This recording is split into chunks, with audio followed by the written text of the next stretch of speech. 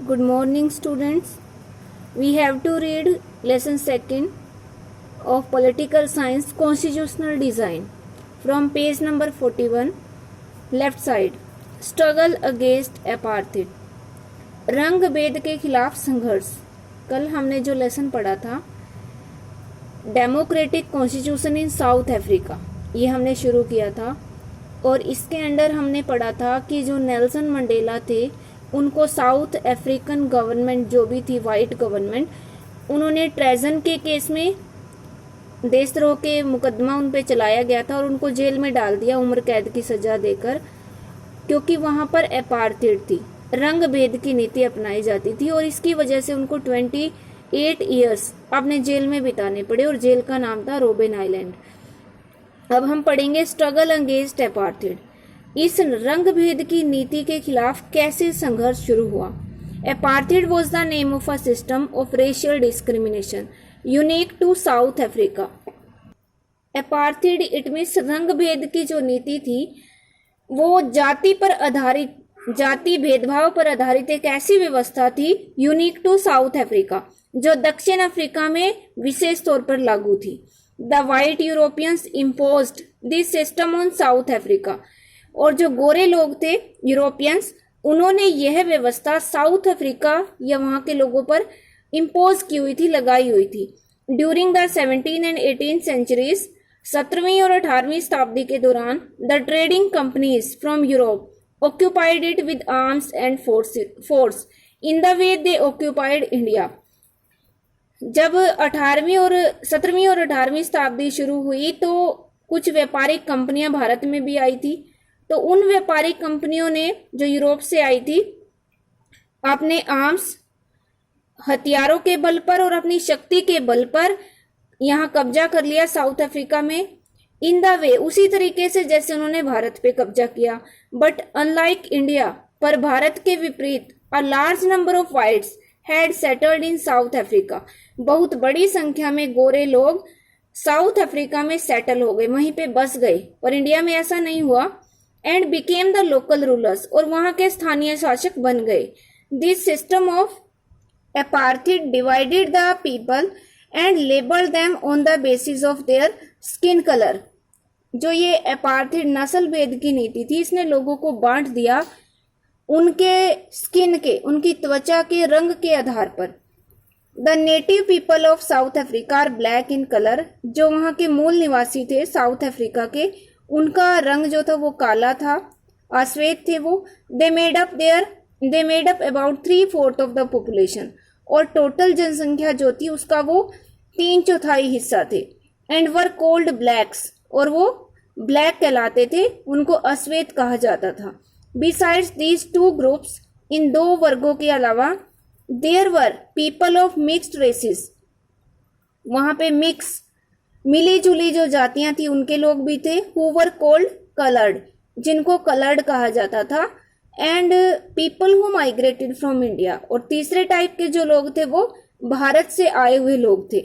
The white rulers treated all non whites as inferiors, और ये तीनों तरह के लोग, जो ब्लैक थे, जो कलर्ड थे और जो इंडियन थे, इन तीनों टाइप के लोगों को, जो गोरे लोग थे, वो इनको इंफीरियर मानते थे, छोटा मानते थे। The non whites did not have voting rights, और जो ये नॉन वाइट थे, अश्वेत लोग थे, इनको वोट डालने का अधिकार भी नहीं था। The apartheid system was particularly oppressive for the blacks, और जो रंग भेद की व्यवस्था थी वो विशेष तौर पर काले लोगों के लिए ओप्रेसिव थी, दमनकारी थी। They were forbidden from living in white areas, forbidden means मनाही करना, उनको वाइट एरियाज में, जहां वाइट लोग रहते थे, वाइट पीपल रहते थे, वहां रहने के लिए उनको मना किया जाता था। They could work in white areas only if they had a permit, और वो उन वाइट एरियाज में तभी काम कर सकते थे अगर उनके पास परमिट होता था।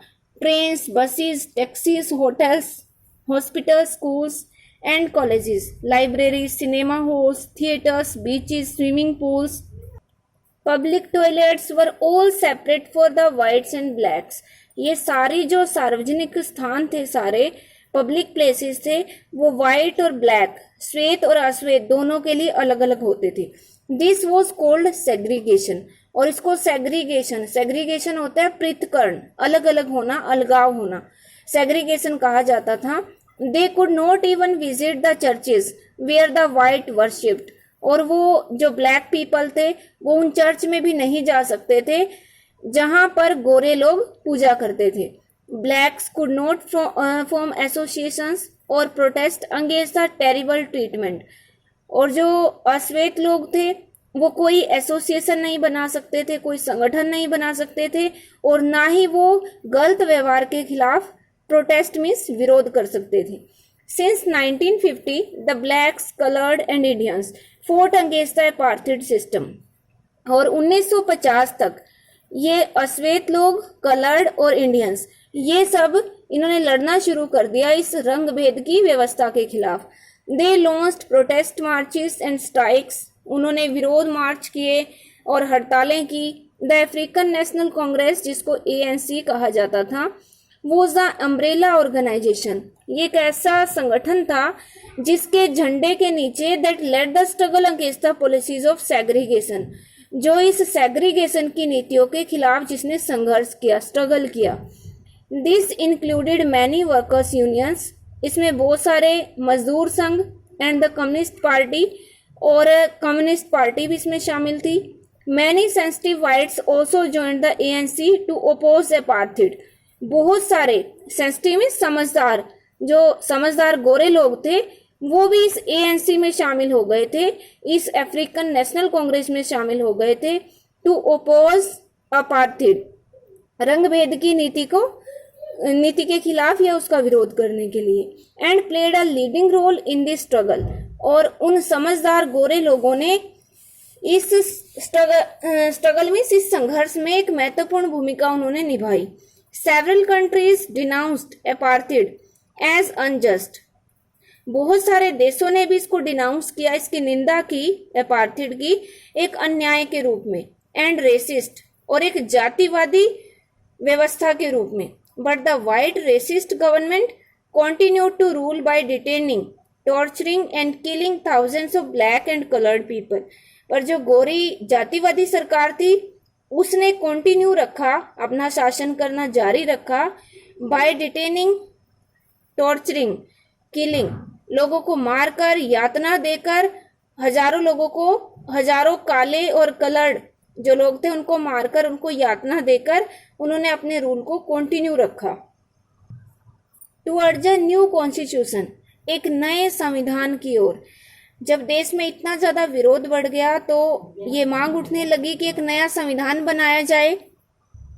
As protest and struggles against apartheid had increased, जब इस नस्ल भेद या रंग भेद की नीति के खिलाफ विरोध होने लगे, संघर्ष होने लगे, ये बढ़ने लगे, द गवर्नमेंट रियलाइज दैट, तो सरकार ने महसूस किया, they could no longer keep the blacks under their rule through repression. Repression means दबाव या किसी का दमन करना, दमन के द्वारा वो इन ब्लैक पीपल पे या इन अश्वेत लोगों पर अब शासन नहीं कर सकते, ये सरकार ने महसूस किया। The white regime changed it's policies, और जो सफेद शासन था, श्वेत शासन था, उसने अपनी नीतियों को बदला।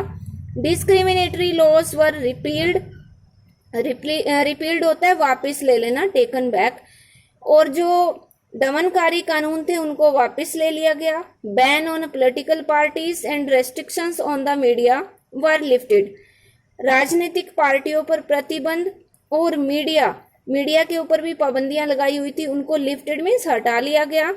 After 28 years of imprisonment, Nelson Mandela walked out of the jail as a free man, और 28 साल की जेल के बाद नेल्सन मंडेला को जेल से रिहा किया गया एक स्वतंत्र व्यक्ति के रूप में।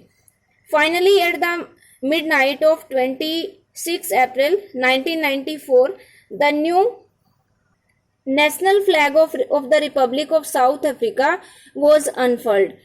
जो रिपब्लिक, इट मीन्स गणतंत्र, साउथ अफ्रीका का जो गणतंत्र का राष्ट्रीय झंडा था वो इतने सालों के बाद लहराया गया। Marking the newly born democracy in the world, जो दुनिया में एक नया गणतंत्र या एक नई डेमोक्रेसी के रूप में सामने आया।